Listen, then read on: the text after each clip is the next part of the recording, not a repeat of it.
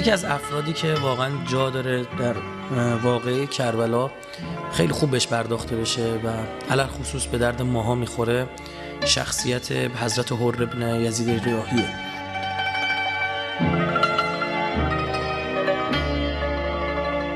این که ایشون کی بود؟ حر از کارگزاران ابن زیاده. ابن زیاد از کارگزاران یزیده. یعنی حر اون شمشیر یزید ابن معاویه است که فرستاده بالا سر امام حسین. حر آمده که امام حسین رو نگه داره که امام حسین به کوفه نرسه، چون میدونستن اگه امام حسین به کوفه میرسید ممکن بود داستان اصلا کلا عوض شه. حر رو فرستادن که امام حسین رو فعلا نگه داره تا بقیه برسن، مثل یه دعوایی که یه نفر یکی نگه می‌داره تا دوستاش برسن. وقتی ابو عبدالله خطاب به حر می‌فرماد که مگر شما نبودید که هزاران نامه نوشتی و مرا به شهر خود دعوت کردی؟ من گفتم که از این نامه ها بیخبرم و پای هیچ از آنها را امضا نکردم. من با 1000 سوار به امر امیر کوفه آمدم تا از آمدن شما به کوفه و از برگشتن شما به مدینه جلوگیری کنم. یعنی حر امام زمانش رو مستعسل کرد. حر امام زمان وقت رو مستعسل کرد، یعنی یک جوری شد که حضرت میگفت نه راه پس داشت نه راه پیش. پس میگویی چه کنم؟ من نمیتوانم اجازه دهم که به هیچ نقطه‌ای حرکت کنی.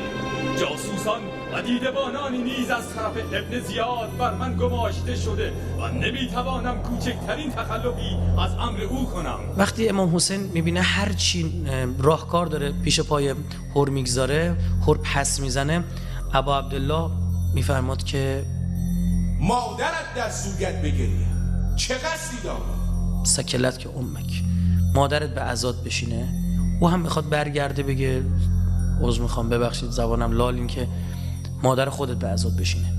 وقتی میخواد این لفظ استفاده بکنه یک لحظه صبر میکنه و اگر جز شما در این حال کسی با من چنین سخن میگفت از او در نمیگذشتم، ولی به خدا سوگند نمیتوانم از مادر شما جز به نیکی یاد کنم. مادر این آقایی که جلوشو گرفتم کیه؟ این خیلی نکته کلیدیه.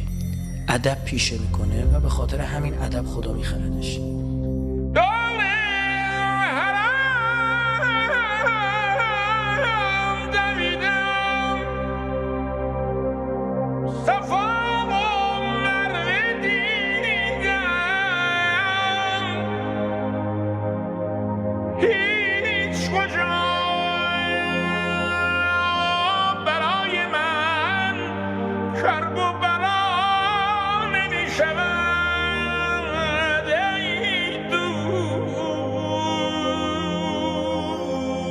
در قرآن داریم وقتی اون ساحرها اومدن جلوی حضرت موسی رو گرفتن و قرار بود اون مطلب اتفاق بیفته و اون دربی بزرگی که در شهر فرعون درست کرد، اول اینا گفتن به حضرت موسی که شما اول بیانداز، یعنی احترام گذاشت. حضرت موسی فرمود نه شما بیانداز. جالب ببینید که ساحران ایمان میارن، خود فرعون نمیپذیره و مردم هم حالا چیزی نقل نشده اما ظاهرا اونها هم نپذیرفتن. چرا؟ چون ادب پیشه کردن. در تفاسیر داریم که خداوند متعال راه هدایت رو دلهای اینا باز کرد فقط به خاطر اینکه ادب به ولی خدا کردن. خیلی از ماها با ادبی که برای ولی خدا، احترامی که میگذاریم، خدا به همون کمک میکنه. ادب اصلی ترین داشته خیلی از ماها میتونه باشه. خیلی ها بودن قدیما لات بودن، عرق خور بودن، اما عاشورا عرق نمیخورد، ادب میکردن برای حضرت ابو عبدالله. مستان همه افتاده و ساقی نمانده، مستان همه افتاده و ساقی نمانده، یک گل برای باغبان باقی نمانده، یک گل برای باغبان باقی نمانده.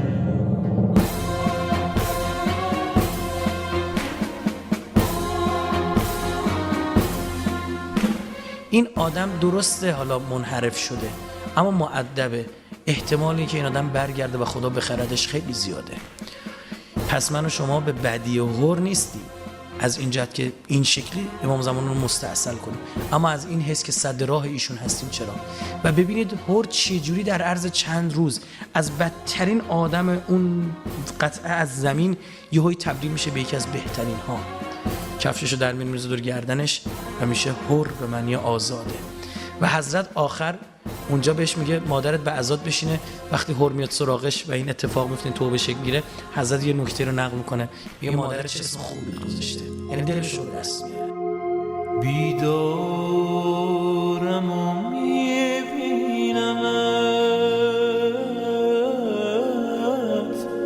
رویا